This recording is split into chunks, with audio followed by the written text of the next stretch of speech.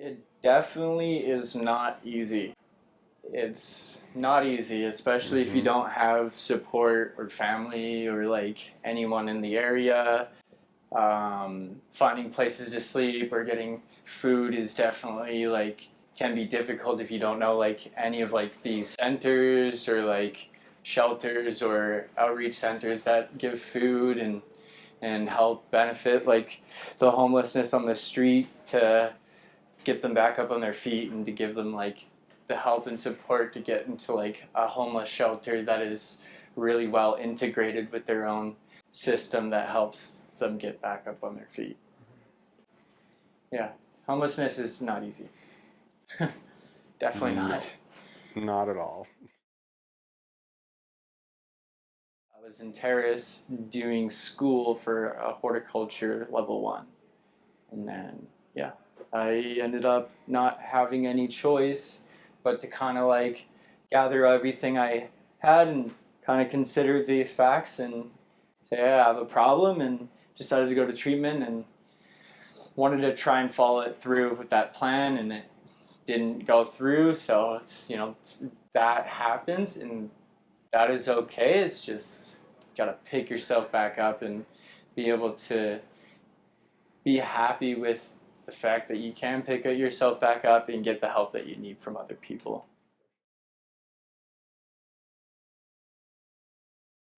So in stage 2, so I come from stage 1 step, the 12-step program. So in like stage 2, like definitely keep to that program or wherever program that you came from, like the SMART program. I don't know all the programs, but they do work and they do help you out. It's what you put into that program that really helps you out in like the long run. And definitely within second stage is like a lot more like, I'd have to say like conversation and like checking up on each other, because like I just don't think that a lot of us get that emotional support in second stage. So it's like definitely very difficult, especially if you're an independent individual who likes to do things independently and get things done. It's yeah. So yeah, a lot more socializing and interpersonal like communication. It has really helped so far. It has got me to where I am today, and I'm very grateful for those people in my life for reaching out and supporting me, and pretty sure those people are happy to help me out. And yeah, it's been a blessing to have those people in my life so far. Sorry for getting emotional. You're allowed to be emotional. This is your life that you're living. Okay, I lived in Penticton since 2003. I've been in this facility since last January. Like I said, I think it's a good idea because there's a lot of people that can't access beds here because they're full, because we don't have no other facilities, right? But I think so. Definitely helpful, very helpful. But like I said, there should be more, I don't want to say where you should single people out, but more of a segregation, like people that are using and have addictions, that are really stuck on the drugs and don't seem like they want to get help or, get off them. They need to have a facility for people like that. And then for a facility where people are trying to move forward and get off the drugs, make something out of their life again, right? And, and need help to do that, right? You get caught in the cracks, right? People will like slip through the cracks, and that's really unfortunate, right? Well, I want to get into community service worker, which is basically working in facilities like this, right? Like it's like our peer support worker. There's actually a bunch of different what